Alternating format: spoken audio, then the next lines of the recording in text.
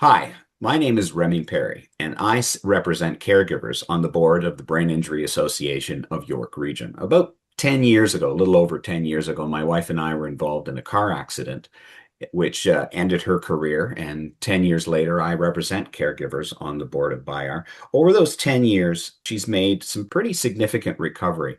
She's not out of the woods, may never be, but she certainly has improved. And one of the parts of the team that I think is the most instrumental in that recovery has been her physiotherapist. So today I'm talking with Hoong Phang. He is the managing director of Propel Physiotherapy, which has three locations, one in Etobicoke, one in Pickering, and one in Peterborough. And he's going to talk to us about the importance of a physiotherapist to a brain injury survivor's recovery and how that impacts on the caregiver, how the caregiver fits into that situation. So welcome, Hung. Remy, thanks for having me on this awesome podcast. Really looking forward to our discussion. So am I. And so tell me, how did you get into physiotherapy and how did your physiotherapy practice become connected with BIAR? Maybe I'll answer that in reverse. We got Reverse connected with order, sure. Buyer. Go. That's all right. We got connected with Buyer through a lot of our clients that we do provide assessment and treatment to are part of that association. They seek the services from there, in addition to being part of a community from the Brain Injury Association of York Region. In addition, a lot of the board members we do have connections with in terms of co-treating other clients or patients alongside with them. And Rachel Greenwood and Joey Nativ, they were really instrumental in getting us more involved. And what I mean by more involved with Bayer is providing some of the complementary exercise sessions on a weekly basis, in addition to helping with fundraising, but getting out there to meet the community that certainly needs these services in hand on a weekly and daily basis. And from a clinical practice perspective, Propel was created officially in 2016. So this is our 10th year in action. Congratulations. Yeah, thank you. The founder is Kyle Whaley, my mentor. And we've been in this, business for a while now.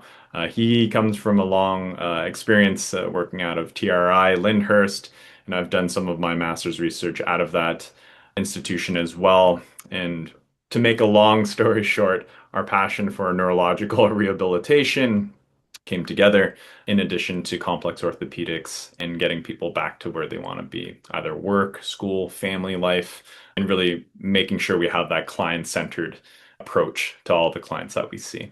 And from there, that's how we became Propel and how we got associated with Bayer. Well, one of the things I didn't realize until my wife sustained a brain injury, there is a subspecialty of physiotherapy that is neurophysiotherapy. Right. What is the value added? Is there a value added in going to a physiotherapist rather than a general physiotherapist who specializes in neurological rehabilitation? That's kind of one of the main questions we often get when we're speaking to some clients over the phone. And there's definitely a benefit to seeking out a physiotherapist with additional training in neurological population. So, and we'll be brief on it, but there's different types of neurological injuries, brain injury being one of them, perhaps like a post-stroke or spinal cord injury, MS, Parkinson's, movement disorders, so on and so forth, and to really pick the brains of the people who are speaking over the phone or even the professional you're speaking to.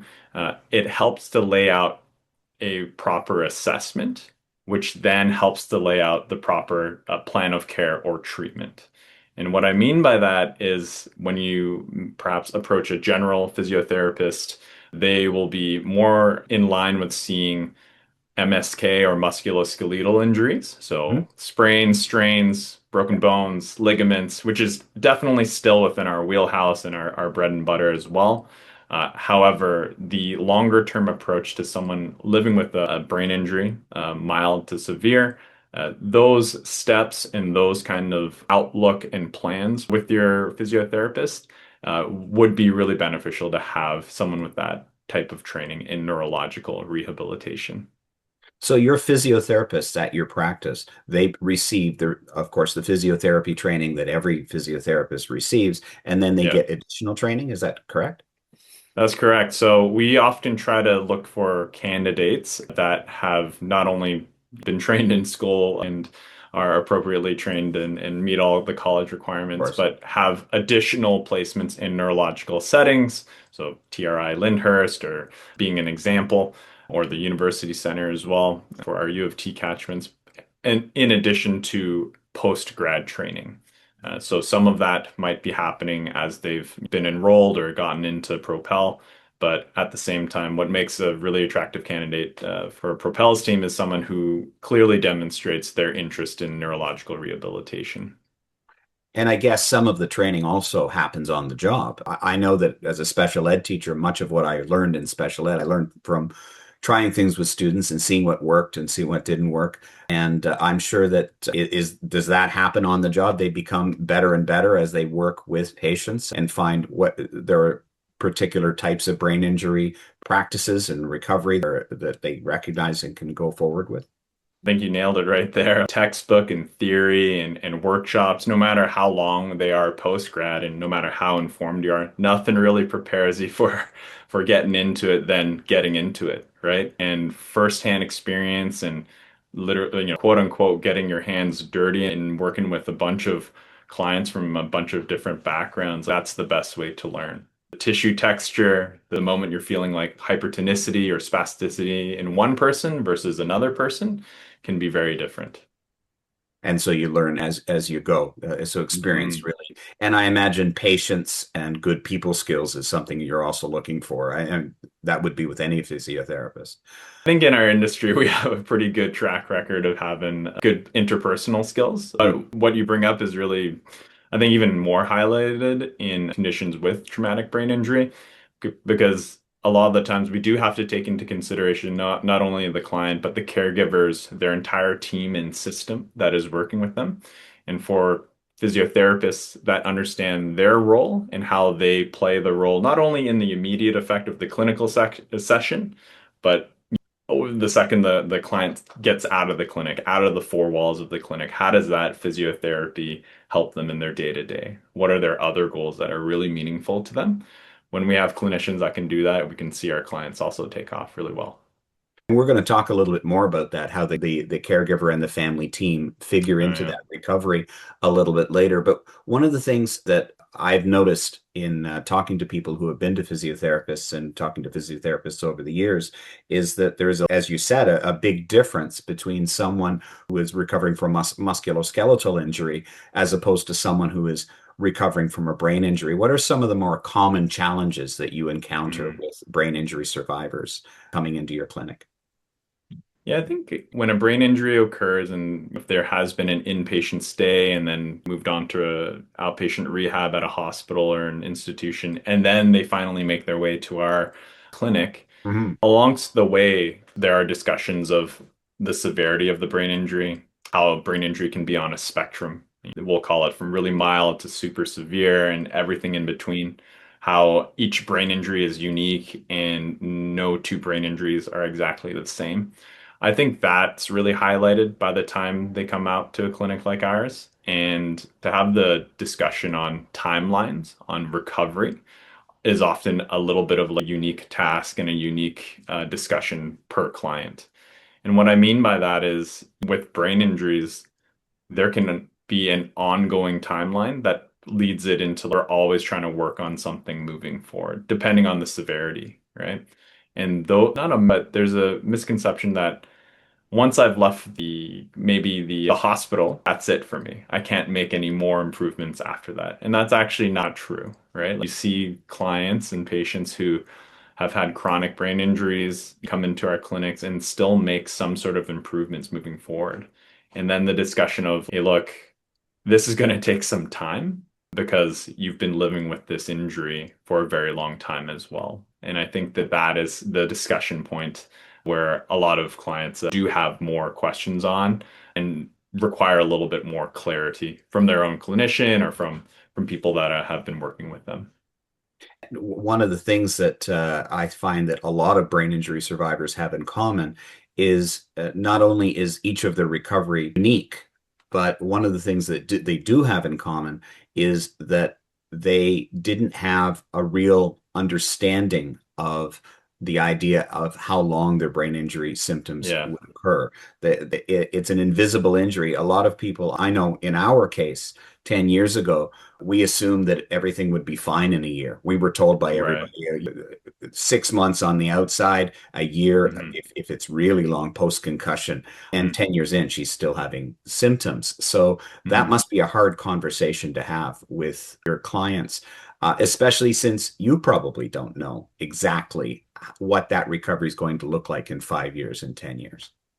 You got it spot on. The call it intrinsic and extrinsic variables that can really affect healing timelines is really case by case. I think that even with symptoms that are prolonged, at a certain point, it's up to the clinician, the client, and the medical professionals to come up with also management strategies, right? As an invisible injury in the more chronic stages, like, are there things that the client can be also doing to help themselves at home in addition to seeking rehabilitation assistance or physiotherapy assistance? And we do often have to have those more difficult and tricky conversations with our clients in terms of what the outlook looks like and what is reasonable for this person at this time. And where should we be putting our energy into? Is it realistic to have more management strategies right now that ablate the symptoms when they occur? Or is it more reasonable to put more focus onto like, trying to remediate certain things that you've already spent a really long time trying to remediate? And when we cross that bridge with our clients, I think that discussion is really meaningful and it's really helpful for them in general. So do you have to, there's a certain point at which the physiotherapy that you're doing to remediate symptoms, does that plateau? Does that stop at some point? Or is there always some slight improvement depending on what the symptom is? Yeah, so I think you mentioned the 6 month to a year marker where hot term neuroplasticity can have the most effect, and a lot of intense therapy should be happening during those times. And we are, I think, in agreement with that. However, right, theoretically, and when you look at some of the research and literature, people Mhm. can still make quite a bit of gains and differences beyond that timeline. And what doesn't get tracked is how small the changes are. Perhaps on a outcome measure, it doesn't hit what we would call statistical significance. However, for the person and functional significance, it could really mean quite a bit. And I'll give you just a really general example. Let's say someone, and we'll keep it mechanically simple, right? Right. Let's say someone is struggling to put on their clothes, right? Or dress themselves. Rest And we're themselves, right. going through strengthening motions and range of motion exercises to help strengthen yourself so that you're strong enough to dress yourself. There's a handful of outcome measures out there that address that subjectively. But in the sum of things, it might not uh, tick up on the statistical significance for that outcome measure from time one to time two to be clearly, oh, wow, that is a huge change. But if you were to ask the client, you spent X amount of weeks, call it 4 weeks, 6 weeks, Mhm. focused on getting your upper trunk and your hands working really well and your coordination working well to dress yourself, is that worth it to you? I think majority of my clients have been like, that's opened up not only just practical kind of things on the day to day, but also I'm not dependent on someone to wait for that 8 a.m. wake up call, and then someone's got to get me up, and then I'm going to dress with that person. So there is a little bit of that artistic interpretation with outcome measures. And this is coming from someone who's been in research for a little bit as well. And I can understand like, both sides of the fence where we want to do what literature is really pushing us towards, but at the same time, the most important person in the room is the patient and their goals. So we want to also listen to them as well. So because you see them a little bit more often than, say, a clinician, you're able to Mhm. see those tiny improvements that, because I remember, I think it was during COVID that I actually had to sit down with my wife's physiotherapist because as a caregiver, I was getting a little discouraged. I wasn't necessarily seeing improvements, and she went over some small improvements that my wife was making. What is the frequency that you recommend that your patients start with and then continue with as they progress, or is that completely dependent on the type of brain injury? Let's say there's a dependence on the injury severity level and a variety of factors. Are they able to perform certain things at home, right? Are they able to keep up with some forms of homework? In general, if someone is coming straight from inpatient care and they're seeking physiotherapy rehabilitation at a clinic like ours, we would suggest a higher frequency What do to you mean by begin. higher frequency? Once a So week, twice a week? multiple times a week, sometimes as high as Okay. 2 to 3 times a week, three to All four right. times a week to begin. And that just helps them lay the foundation in good habits and good movement patterns and sets the tone and helps to improve neurological and physical endurance for the months to come. If they have that foundation laid out, and it really does depend on the client's abilities at that time, then you can progress to the next stages of complexity of the movements. Oftentimes, what we do notice is if a client comes from inpatient care and they're receiving around 5 to 6 times OT or PT throughout the week, right? Sprinkled in. And we understand the limitations to inpatient care. Like maybe the sessions aren't as long, right? Maybe the sessions are you catch them on groggy or tired days and they're not as fulfilling, right? And then they can't cycle back. But for all those things said, like, there could be a lot of high intensity time and approach to them in the inpatient setting.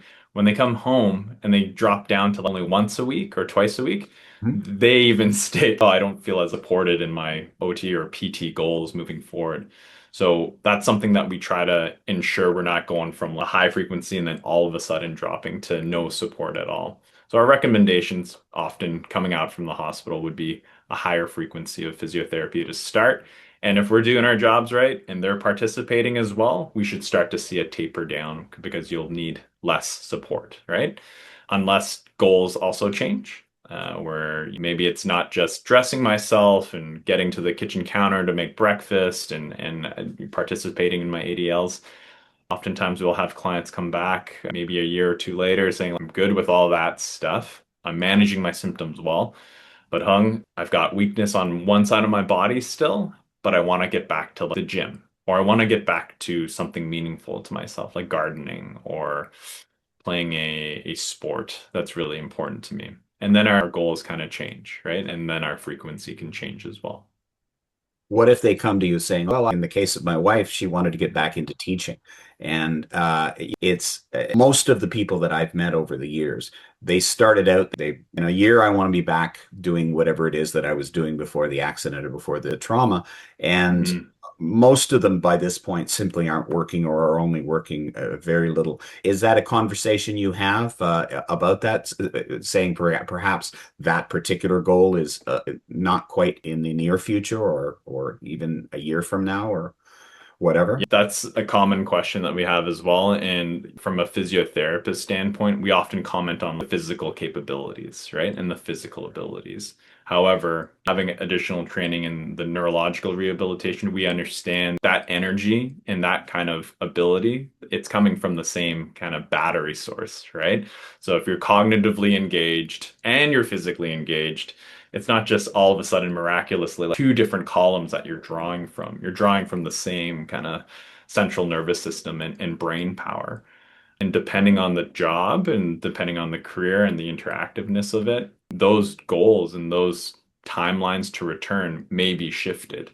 So that would be more of a multidisciplinary discussion. PT, OT, SLP, OT, if there sure. is one, right? Physiatry, right? All these system checkoffs need to be spoken to and discussed before having a formal recommendation. And it sounds like in general, what we do see high performing occupations and careers, they take longer to get back to, or if ever. And the most practical part of it would be where your OT and PT can jump in and say, like, hey, look, does it make sense to keep plugging away at these goals to get back to this thing full time? Or does it make sense to have like a sidestep and a side strategy where there's like modifications or adaptations to that role that help you engage in said role like you were before? Maybe it's not full time, maybe it's not part time, maybe it's working from home of occupation or a strategy. So that's how we would help to bring that goal to light despite some of the more obvious and practical barriers that a lot of people face.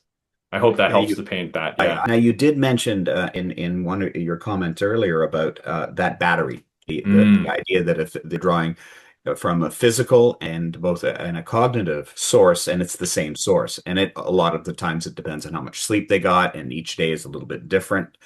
Do you help them? Do you work with occupational therapists and the client to decide on a schedule that maybe that reduces cognitive fatigue, that reduces the physical fatigue, help them plan out their day, and to make sure that that battery doesn't get drawn down too quickly? I think that's a great question. We're really blessed to have occupational therapists in-house at Propel. Anna Galega is our director of occupational therapy. She's leading the charge on a lot of our OTs, doing great work. We get a chance to just nudge each other, type to one another quickly, and discuss clients that we do share with one another in terms of, not only energy management strategies, but even just like travel strategies and then appointment strategies, trying to ensure that there's not duplicate travel for one specific day so the client can focus on their treatment sessions and not necessarily focusing on a train schedule or a TTC schedule or a bus schedule or a taxi schedule to get them there. All that kind of background haze also unconsciously drains the battery, and we are well aware of that. So we try our best to make sure that all of our clients' efforts are directed towards getting better, right? With that said, we are also understanding of in order to get better and in order to improve the capacity of the battery, we can't overshoot the battery, but we also can't not use the battery, right? So the only way this person's going to develop some form of endurance, and whether or not it comes strictly from the brain or adjunct components, for example, if your cardiorespiratory fitness is a lot higher, right, the demands on your body, right, and on your central nervous system are going to be slightly offloaded, right? Offset. Yeah. So that way you do have maybe that extra 20% of battery at the end of the day to not feel extra symptoms that you don't want to feel, or to spend it doing something that you like. You want to read a couple chapters in a book before you head off to bed. Maybe that's a better way to use that battery. So in conjunction with the OTs, we definitely have that strategy. And we often get a chance to speak to them and see what the client's like schedule or plan schedule looks like, if they are indeed working on something like that. And we can ensure that they're not overdoing it on a certain day. I can't tell you how many times in my wife's case that she's done an activity such as assisted rock climbing, hiking, doing something that's physical. And her physiotherapist has said to her, well, I guess that's your physiotherapy for the day, or maybe the next Right. day. Don't do what I left you for homework. Because do you find that you ask clients about that? What did it, what, aside from what they're getting through the occupational therapist, what else are you doing in your life that Mm. may double as physiotherapy and say, reduce your homework on that day?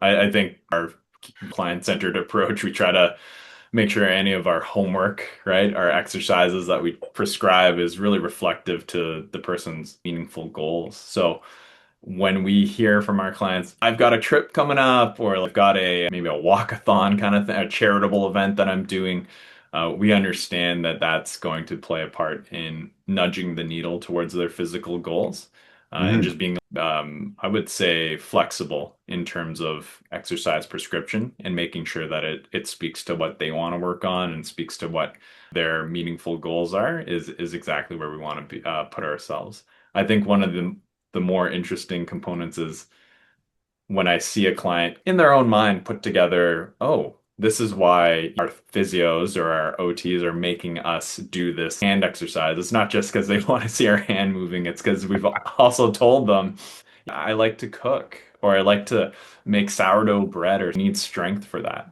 right? And the aha moment often hits everyone when we hear some sort of nice anecdotal story. You know what? I was teaching my grandkid how to bake cookies the other day, and it did require some hand mixing and getting my fingers dirty, and I didn't feel as crampy in my hands.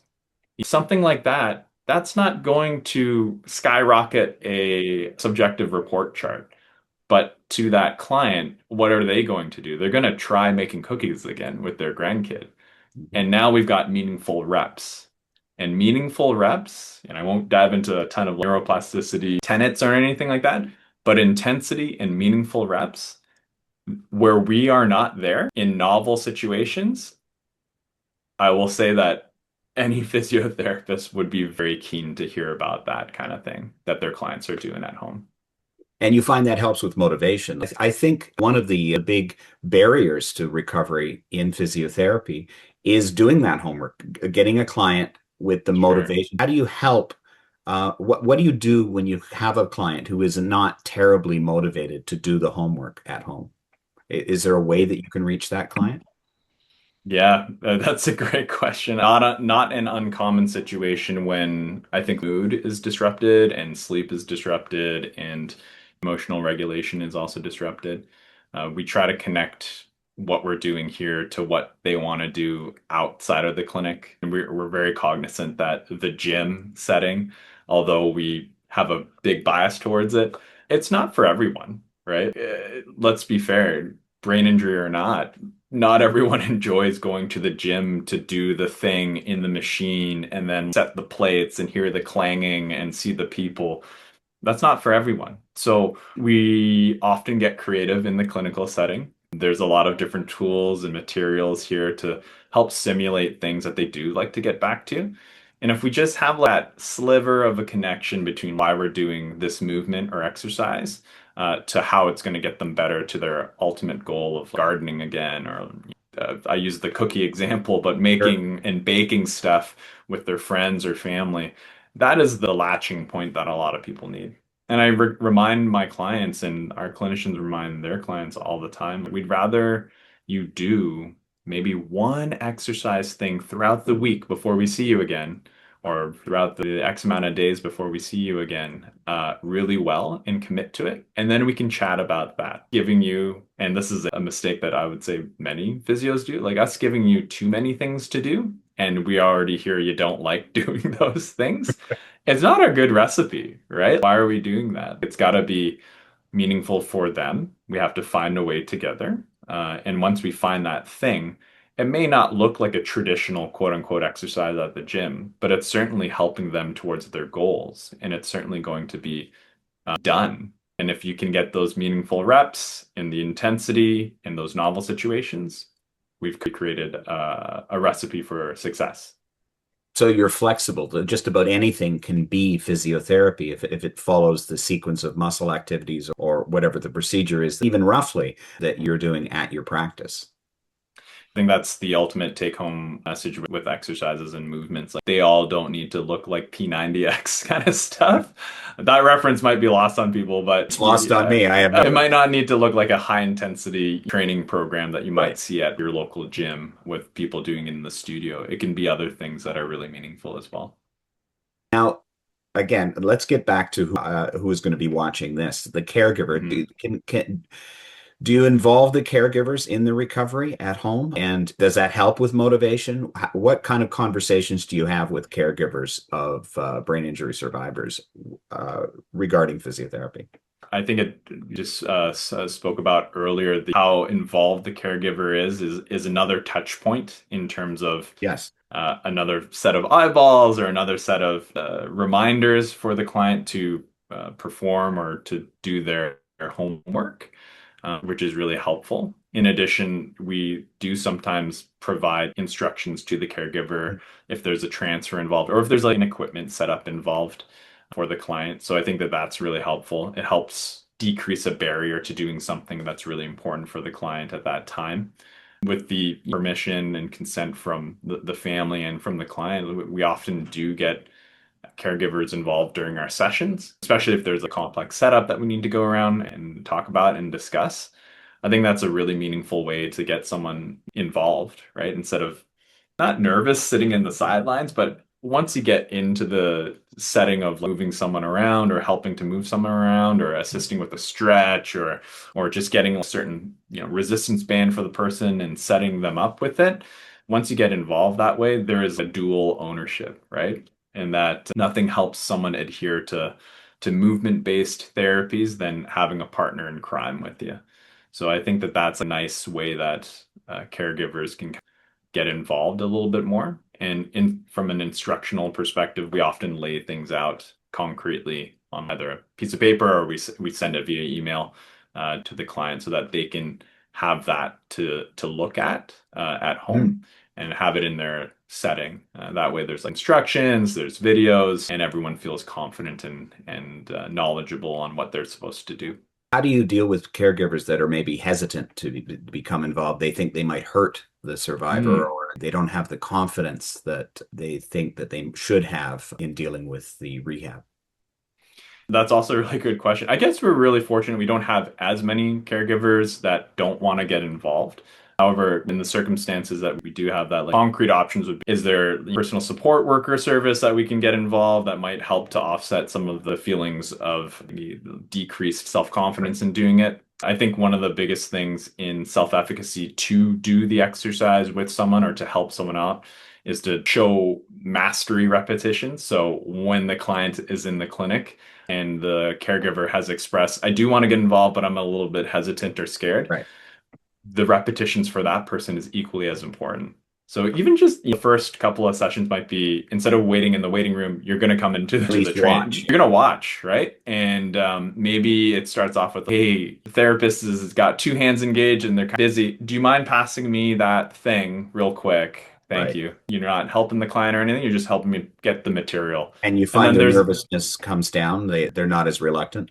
And it's one of those things with like almost graded exposure, right? And working with people with a physical disability or even a cognitive limitation, there are times where we see that the more repetitions we give the caregiver or the family member, the more comfortable they are. There are obviously like unique settings where we will Of stop and course. just say, like, we got to find a different strategy. But for the most part, the increased repetitions and showing success and mastery and telling them this is what we're looking for. Can you show me? Right? That often helps quite a bit. And one of the things that I've seen, my wife's own physiotherapist sometimes send home video of Nice. what's going on so that I can actually see how the exercise, or at least give us a link to this exercise being performed somewhere out on the internet. We can watch it on YouTube or whatever. What do you sometimes get caregivers that are a little over enthusiastic? What are some of the mistakes that caregivers make in trying to help and perhaps not helping? That is, yes. I would say we probably see the middle of the road and then that side of the spectrum a little bit more. We see that with thoughts of more is always better. And it's not necessarily true. The right amount is the best amount. Yes. Similar to a recipe. You're making cookies, you throw in a ton of butter, although it sounds really good, the cookies are going to come out all Right. watery and stuff like that, right? And maybe not the most palatable. So we encourage our caregivers that are on that spectrum of pushing more or doing too The much. wannabe Uh, drill sergeants. Yeah.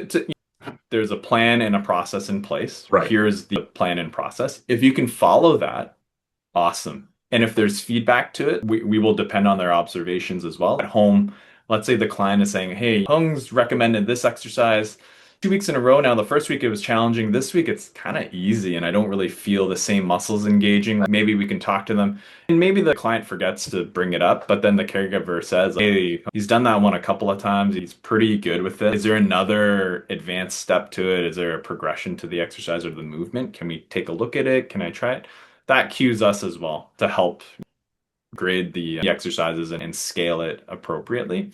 So we don't want to not listen to them. We want to involve them. The more involved they are, the better. And then we all get a chance to play our role in terms of, hey, I think it's at a spot where we're doing too much, and that's my professional opinion. And I think we got to pump the brakes a little bit Do you help to. them with warning signs, something to look for?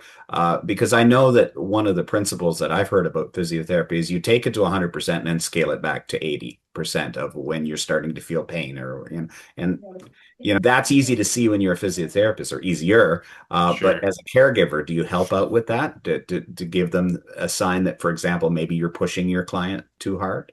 Right. No, that's a great point. We often, with the overlapping sessions, they can see what is a little bit too much, what's medium and just right in the spot, and what's maybe not as good of a stimulus and not stimulating them as much. We often do go over precautions and contraindications. So there are some pretty broad ones out there for different spinal cord injuries and brain injuries.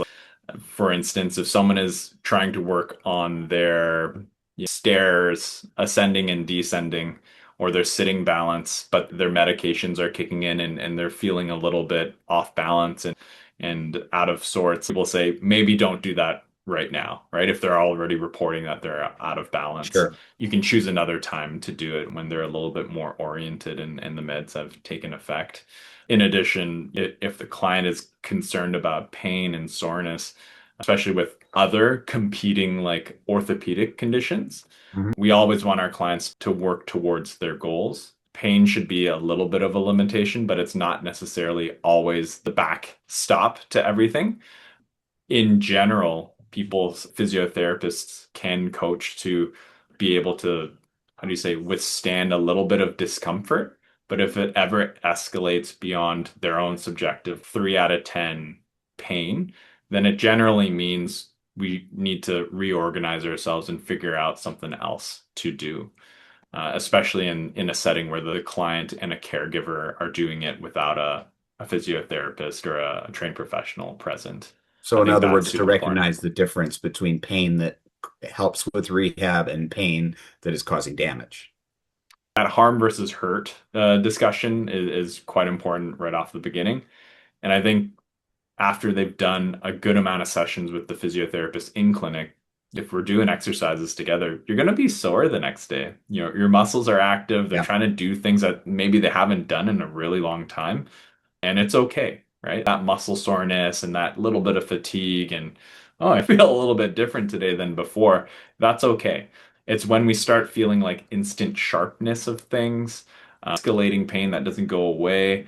We can observe bruising and swelling that has happened after, or even just simple things that people don't think about. We're not doing the equipment correctly at home and it's rubbing the wrong way, like a TheraBand is just like biting into a skin or something like that.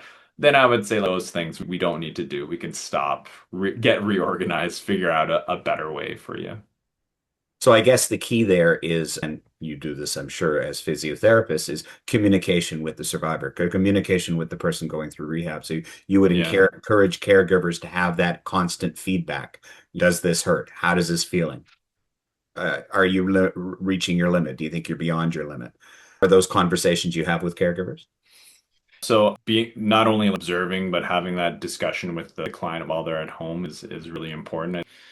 I think some of the cues, especially if we've picked up from the client and what they're working towards or working against, it's like, where do you find yourself right now? Are you at 50% perceived exertion? Are you at 100% and you can't keep up? Are you over that already? Do we need to stop? And I think that that's an important cue to give caregivers. What is that client's rating of perceived exertion? And it could be, a resistance exercise. It could be a cardiorespiratory exercise that they're monitoring at home. But having that discussion is super important. And we want to make sure that we're challenging them enough to make some differences, but not too much that we put them out the next day, right? So having that discussion on where that client should be in terms of their ratings of perceived exertion. And it's different for different people, essentially.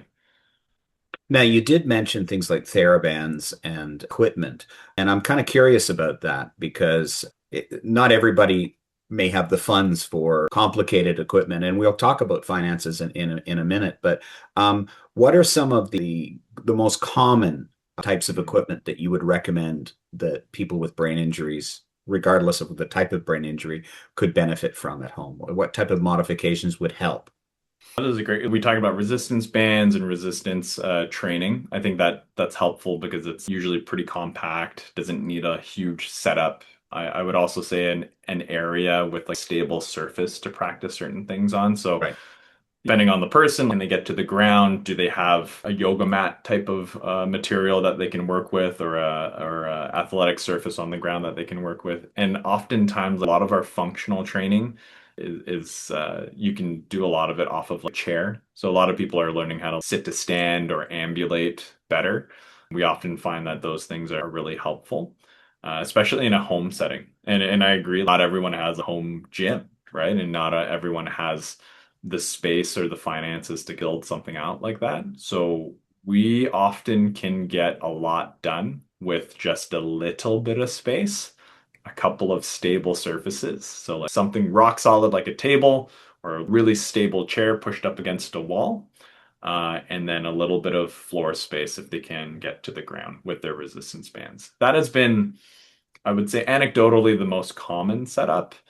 And then when we get into a little bit more maybe elaborate setups, and depending on the person's goal, maybe like cardiovascular or cardiorespiratory machine that they like to use. Some people like those stationary bikes, some people like pedal bikes, some people have room for a new step. And by that time, maybe people have already made enough gains to get themselves out to a community center that has accessibility to it. What you talked about exercise and getting the blood flowing. How much Mm. of a difference does that make in terms of getting out, moving around, physical activity? How have you seen that make huge impacts on someone's recovery? Yeah, I think the best way to put it is some is better than none. A lot is really difficult to come by, and we're understanding of that. When we see our clients commit to a behavior change, such as I'm going to go for a wheel or a walk after dinner, right? For 7 to 10 minutes just to get some fresh air. And it doesn't matter what my pace is, I'm just going to boogie, right? Right. Mosey on. And we're not even keeping score. Just tell me how long you were outside for. We not only see changes in their attitude towards adhering to exercises and being able to push through some more discomfort. Orthopedic tolerance is up, neurological tolerance is up, and then self-reported just like, oh, that was really hard at the beginning, but now that I've made it a pattern, it just seems like it's part of what I need to do. And that is kind of light bulb that goes on, I think, in a lot of our clients. And then they start applying that to some other things from physio or occupational therapy or other disciplines So that it are starts working to with them. snowball. And Yeah. caregivers can help out with that too, because they don't Oh, necessarily totally. have to be doing the exercises or the walks or whatever, because it's boring going for a walk on your own. Sometimes prefer to go with someone else and do other things. And even if it's at a slow pace, it's at least there's something there. You find that there's a difference in terms of the recovery of someone who is socially isolated versus someone who has that community involvement, who interacts with other people. Do you see that beyond just the physical? In a short and sweet, concise way, we see a stark difference between those who have some form of external social support versus those who might be more socially isolated. That's why we do often recommend government-funded agencies that help with assisting people hook up with associations, right? That can certainly Such as provide, ours. such as Bayer, right? So that there are events and that there are programs that can certainly help people become more socially engaged. I always say that like physical therapy is really important, but it's important because it's going to help you do, and then you get to fill in the blanks, right? And that part of like, filling in the blanks is really important because if the person can't connect the two, it's really difficult to engage in the physiotherapy in a long-term basis. When we look at outcomes, we anecdotally and clinically, we do hear and see people gravitate to communities that are engaged in similar visions and values as their own. So let's say they strike up a conversation with someone in the waiting room. They're here for similar things, right? And Mhm. we've had this happen often where people have ongoing consistent schedules. You're probably going to see the same person plus or minus 15 minutes in the waiting room, right? Every Tuesday or Thursday. Sure. And it turns out to be a really great situation because those two people or three people have you, right? They start to motivate one another. They know why they're there. They can chat Right. about those things as well. And all joking aside, they know that someone else is going through a very similar situation as themselves, and they can see them progressing. And then the other person can also see the other person progressing. So I think that helps even just a little bit in our little waiting room, let alone if someone had concrete supports outside, like caregivers or family members, friends, social supports. So I think it plays a huge benefit to someone's physical health. And it gives you more opportunities to have those one-off walks, right? Those one-off situations where you are using your body meaningfully and in the community. What's your opinion on people giving, well, I'm doing this physiotherapy with my physiotherapist. You should try it. Do you caution? Because sometimes I hear that, or someone will say, well, yeah, I've been going to a chiropractor, so I don't know what Right. wasting time with a physiotherapist for because my chiropractor makes me feel great, at least. How do you respond to people who tell you things like that? Yeah, that's a great question. I think there's an individualistic approach to a lot of the professionals that you just listed there, right? And to make sure that like goals for the client are really highlighted, I think that's super important. And listen, sometimes someone works really well with clinician A, and then they attract a bunch of other clients, and maybe a handful of those other clients and patients are not into the type of practice that clinician A is putting out there. And that could be reasonable, right? And it could be really just a rapport building difference, or even like perhaps there was not like a clear line of like what the scope of practice was from that clinician, and that can get a little bit muddy. What I would say to people quite wondering about what could really happen with the physiotherapist or what the potential is if you're able to just speak to them over the phone, get to know what their background and their training is, get to know what types of clients they've often worked with, right? And get a sense of, do your visions and values match with this person? I think that that helps to generate a more organic filter for the client themselves or the patient themselves rather than just hearsay. Right. And I think that that's super important. We're in a spot where there's everything out on the internet, right? Like there's a ton of stuff, right? And it's hard to decipher, right, between what might just be more of a marketing thing or an advertising thing. So it is really And what important is to it see where backed these up? people Yeah. are. How is it backed up, right? So you're not dismissing, say, for example, chiropractic procedures out of hand. You say if they mesh well with what we're doing. I think you really need to have that discussion with like your medical team, right? Your rehab team in terms of what are the goals of said chiropractor. And then at least you get a chance to discuss, is that feasible, plausible? Is it more symptom relief? Is it for another thing that no one else has investigated? I think that that's really important to have. And that open discussion and forum is ultimately, at the end of the day, client based Right. because like we've had clients come in and say like they're swearing by a certain technique, and maybe it's a chiropractor, maybe it's an osteopath, maybe it's an RMT, maybe it's something that another practitioner was doing elsewhere in a different country. Even you've had examples of that, and we often come back to what was done, let me know, and what was the goals of that.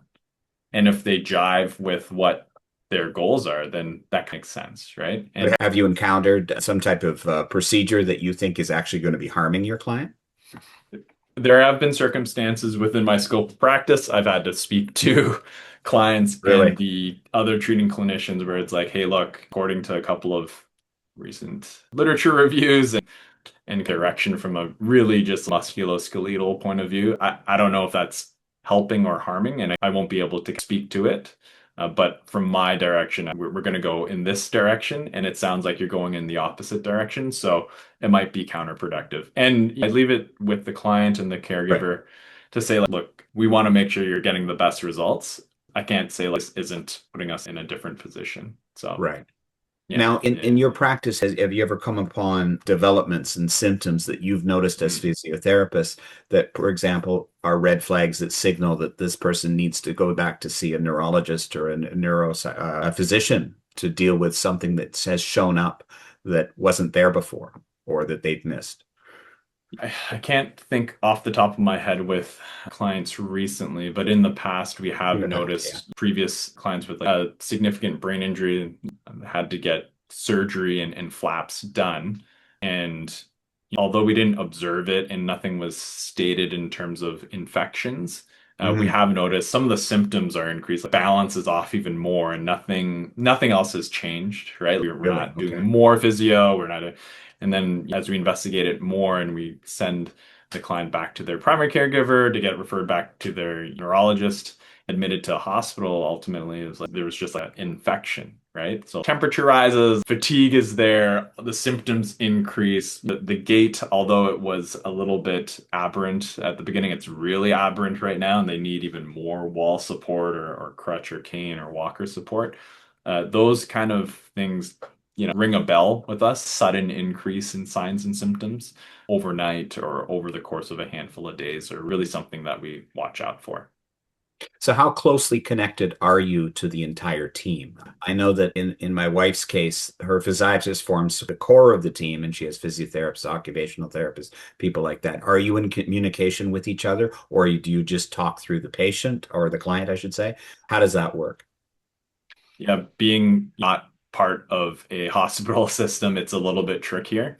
I think depending on the situation and where the client is coming from, we do often have either a case manager or a caregiver lead that we can communicate through.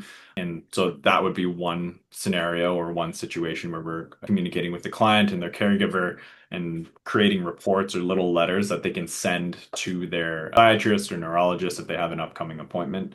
Oftentimes, with their consent, we're able to send off our notes or send off mini reports to those practitioners as well.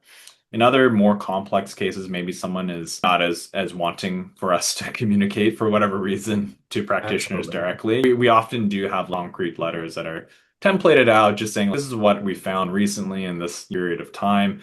We understand they have an appointment with you today, let's say, right? And we'll tell our client to bring that letter or bring that message to the practitioner. So we do have different ways of doing it. And then for teams that are really involved, like the workplace accident teams or the motor vehicle collision teams, emails or messaging is often, and phone calls. We're just a phone call away. Those are communicated that way quite frequently. Now, you mentioned motor vehicle accidents. Often in the case of motor vehicle accidents, insurance companies step in, and so there's funding for a lot of the time for Mm. physiotherapy, or someone might have an extended health program that pays for your services. What kind of advice do you have for caregivers and survivors who may not necessarily can't afford the weekly or the multiple times a week physiotherapy visits? Is there they can do? So I think the best thing that they can do is participate in, as appropriate and with consent from Mhm. the patient or client, but participate in the physiotherapy sessions. So make the most of what is happening in clinic and to be have an open line of discussion with the treating clinician in terms of what our goals are, given perhaps a resource limitation. And if that clinician is open to hearing about it, they can try to do their best and show that person and their caregivers specific things that they can do at home to help progress them alongst the way and to have appropriate checkpoints in the future to make sure we're not going backwards. We're always trying to move forward or nudge forward a little bit. I would agree. It's one of the toughest limitations, right? For people to seek out help while in the community and not part of the hospital system. But certainly, a lot of clinics like our own, we've come up with creative ways to keep the client engaged and to ensure that they are moving forward. There are some online resources. We often let our clients know if we're providing a free online class. There are workshops that are often hosted. And in terms of group-based classes, we're going to start rolling out certain group-based classes that can really help a bunch of people at the same time and really make sure that they're moving forward with their goals.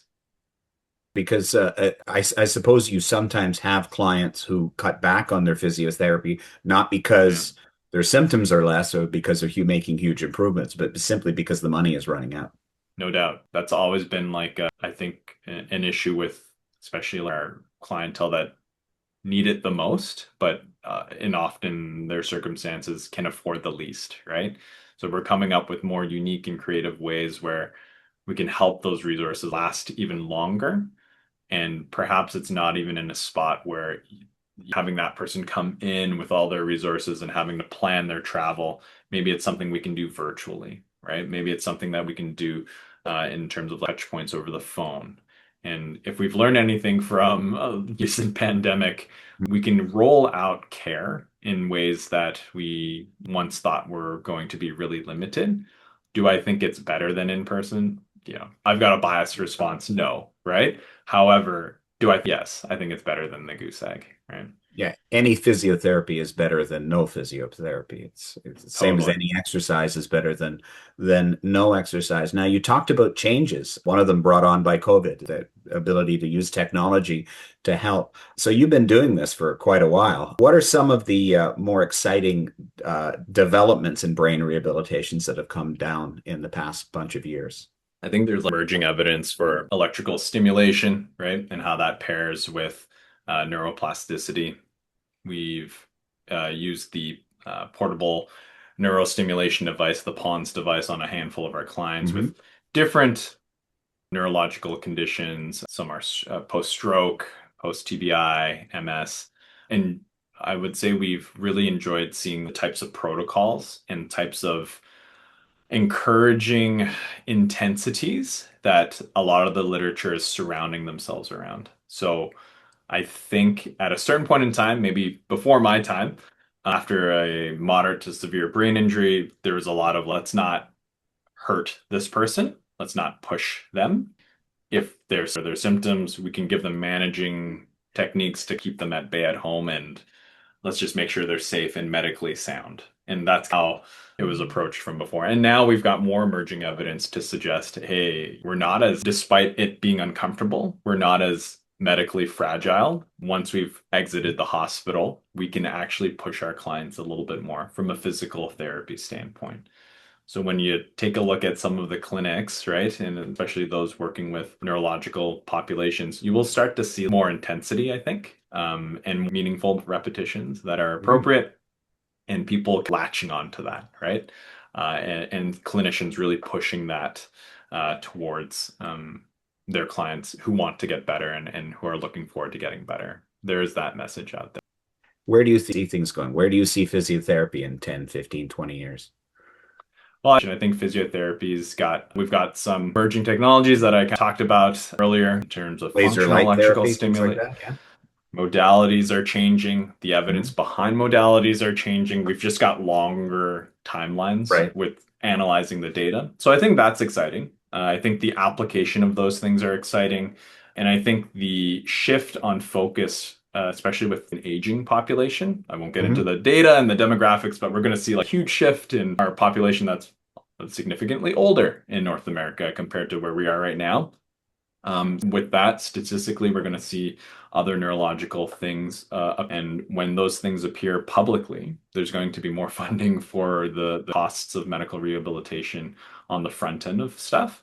I think that's where I see the attractiveness of like neurophysiotherapy come into effect. And then attracting more young clinicians that are just graduating, right?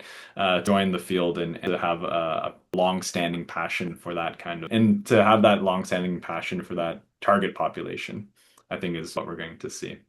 And do you think you'll see clients able to do things 20 years from now that clients now are simply a long ways away from or simply cannot do? I think we're kind of seeing that. I think we're in the middle of it, to be fair. Like, it asked me, spinal cord injury patient, and that's in my mind right now. You asked me if that person was seen 20 years ago, right? Compared to right now, what the treatment course would look like. I think technology itself, regardless of physiotherapy intervention, has really opened up abilities for that target population, in addition to brain injury clients. Um, Not only the ports that are available out there, but some of the devices, functional electrical stimulation devices that help people ambulate, help people sit to stand, help people do stairs on a day-to-day, not just in a clinical setting, like not just a piece of equipment that you would use to train, but perhaps even a piece of equipment that you can use on the daily, right? And then that gives you test it, those meaningful repetitions Right. and those novel environments to really practice on. So I think we're going to see more of that connection, and we're going to see more neurophysiotherapy standpoint, more like app-based applications to spot issues coming up Right. or insidious issues coming up. I think that's where technology is going to really lean into that population. Wow. It's certainly a changing profession, one that important for rehab, um, recovery, but definitely in terms of brain rehab. So thanks, Hung, for talking to me today. My Hoping that pleasure. my viewers got a lot out of this. Um, I'd love to talk to you again sometime to see what For has sure. changed. And it is such a fascinating profession, and it is such a helpful profession that think that it definitely needs to be part of anybody's rehab. For sharing your insights and your understanding of what is a very complex field. Um, we'll talk again soon. And We'll talk again soon for sure. Thanks so all much, right. Remy and Bayer, for having me. Okay. Take good care. What happened to me is that I was an electrician and I was climbing up, not high, but the metal broken down below, which it shouldn't have, but it did. I fell and actually hit the side of my head, and I was technically dead, to be honest with you. They managed to get me moved over, but they managed to get me back alive, but not quite. So it's been taking me over 10 years now because of this, but I couldn't move this side at all or talk.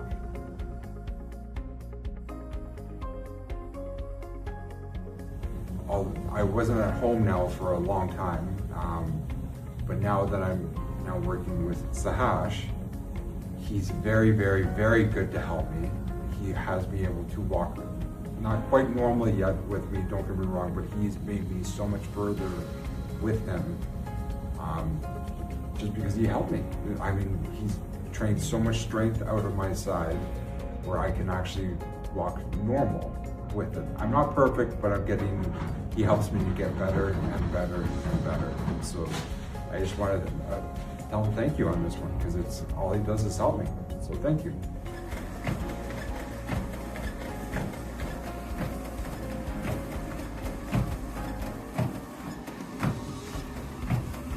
They've been helping me strength since they started with me. They've actually helped me be more strength with each other, because they're helping me that I'm able to lift up. I ride stuff with them. They're just great, to be honest with you. I'm able to go to my cottage now. I love to go to Barbados because I have family from Barbados, and I've never been there for a long time. But now I've actually been there 3 times now. And I have my dog, who I love my dog because I can walk him more than once a day. I actually walk him 3 times a day just because it's fun. So I really enjoy it, to be honest with you. So they're very good that help me with this one, because they now have me that I have so much strength now because of it. I'm doing very well. I'm able to cut the grass. I'm able to get the snow out of the way. So I'm able to that one. I love to work in the garage to build stuff. They've helped me so much with me, and it's great. They really have helped me. Like, it's plain and simple. That's it. So.